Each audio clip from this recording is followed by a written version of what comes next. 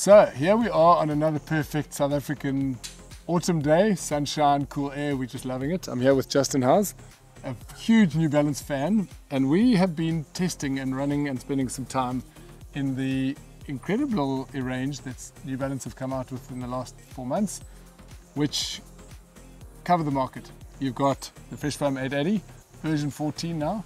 This is a shoe which is literally for the everyday runner. This is a person who maybe goes for a run and doesn't even have not enough sweat to spend the rest of the day changing gear. They can wear the same shoe throughout the day.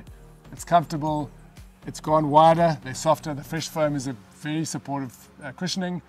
They are slightly more stable than the version 13. They're a little bit firmer. So even though the stack height has increased a little bit, you've got an 8mm drop, you've got a slightly higher stack height, and you've got a really good outer. The grip is excellent, it's light.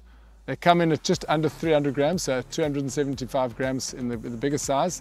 It's a light shoe for an everyday trainer. It's under 3,000 Rand. It's a more affordable shoe that's going to last you a long time. It's a dependable workhorse. A lot of people have had them. There's been 14 iterations. The latest one is slightly lighter. It's got a knitted upper. It's comfortable. You could literally wear it all day. So New Balance, very well known historically for producing shoes that last well, are very comfortable. They've got the wider fit. People love New Balance. They've got fans that stick with them. Someone like a Justin, who's just showed us 5 or 6 pairs he's had in a row. He likes the trail shoes, he likes the road shoes.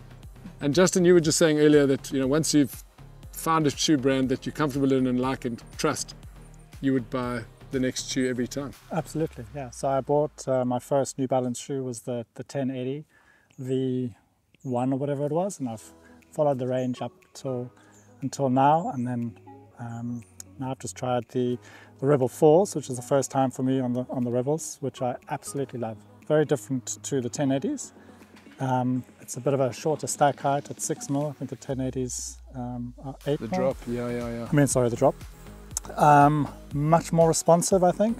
Not to diss the 1080s. I still love the 1080s. They're still my everyday long run shoe, recovery run, etc. Etc. Yeah. But yeah, I've also just fallen in love with the Rebels. Again, I can take them on a long run. Super comfy. I love the fact that they're still as wide.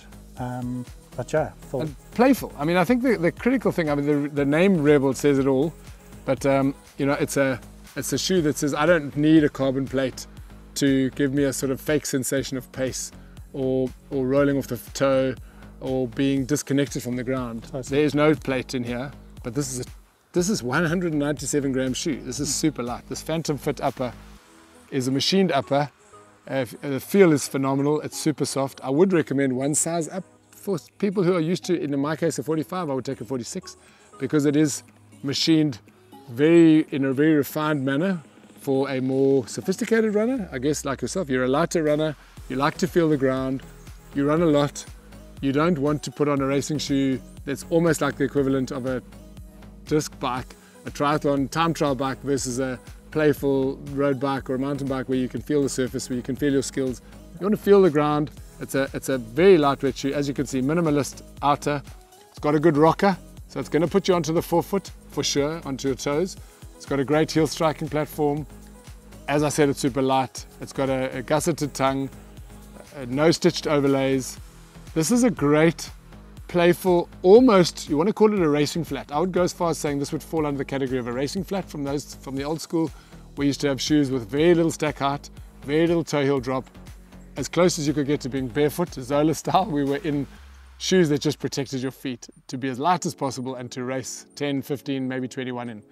This is going in that route, and I think for those who've kind of lost the sensation because, in the quest for speed and form, running like a pro, we've all jumped into the carbon plate era, and they are phenomenal. And we're going to talk just now about the Fuelcell Elite version 4. It's a massive progress. It's an incredible super shoe. That's what New Balance have put into the market as your racing shoe. Still got some good last, as New Balance shoes do. Still got great space on the inside, got a wider platform.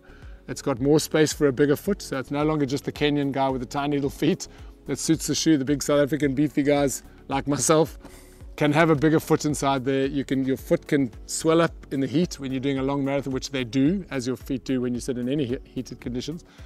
and you're going to have a comfortable shoe that moves, because the way it's laced, the way the machined upper works, the way the Elite, the SC, the Fuelcell Elite works with the cushioning, which is a similar cushioning here to the Rebel, where you've got a very bouncy, very playful Fuelcell cushioning combined with a PEBA, means you've got what New Balance is now giving you: bounce, return energy, a platform that gives you the return of what you put in. In the old days, shoes were there to protect your feet and give you some protection.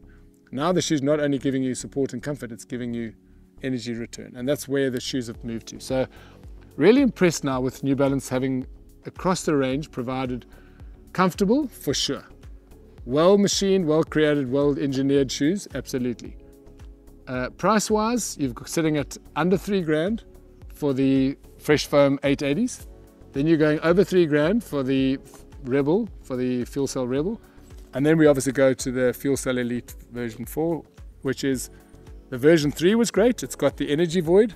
It's got the let's have a look. In fact, you can grab the one.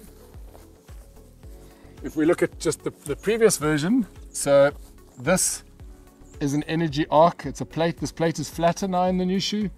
The void in the middle, it creates almost like an animal's hoof, where you flatten out on the foot strike, and then on return, obviously it's got to come back to its position, so it's going to give you an energy return. So it's a very creative, interesting idea. If you go back to animals and look at the design, it works. We've loved that shoe, this shoe. It's now gone slightly more stable in terms of the slightly wider. It's got a slightly higher stack, but it's a deeper stack in the version 4. It might look super high from the outside, and there might be people who go, oh my goodness, I could never handle that, it looks unstable, it's too high. But in fact, your foot is sitting deeper inside it. So you're still getting the energy return, but you're getting a wider platform. And New Balance have done that across their shoes, where a bit of width gives you stability, but the higher platform, the higher cushioning, the higher stack of the midsole gives you the greater energy and the sense of forward motion and return of energy. So I really like that. I think the shoes from maybe a year or two ago have got tall and stacked too fast, too unstable, too racy. There were people who got into some of the brands and thought, I've heard these things are fast, I've heard they're great, and they feel great and bouncy, but I don't feel stable. And let's face it, as you go from 10 to 15 to 21 to 40, 42 and beyond, 56, even 90, you are not running efficiently. Your stability goes for a ball. You're going to start losing form. And that's when an unstable shoe is going to cause you problems.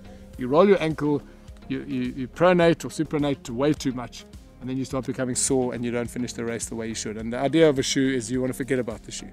And I think New Balance do that very well by making comfortable shoes with well-produced uppers that last, is that you, and outers that are minimalist but give you the protection where you need it most. All their shoes have got protection in the right places. They are a dependable shoe, and that's what New Balance has always been. And you're paying, I think, $5,399 for the plated Fuelcell Elite version 4. You're paying $3,300 for the Rebel, which is this is an interesting shoe. Definitely one you want to look at next time you go to the running shop.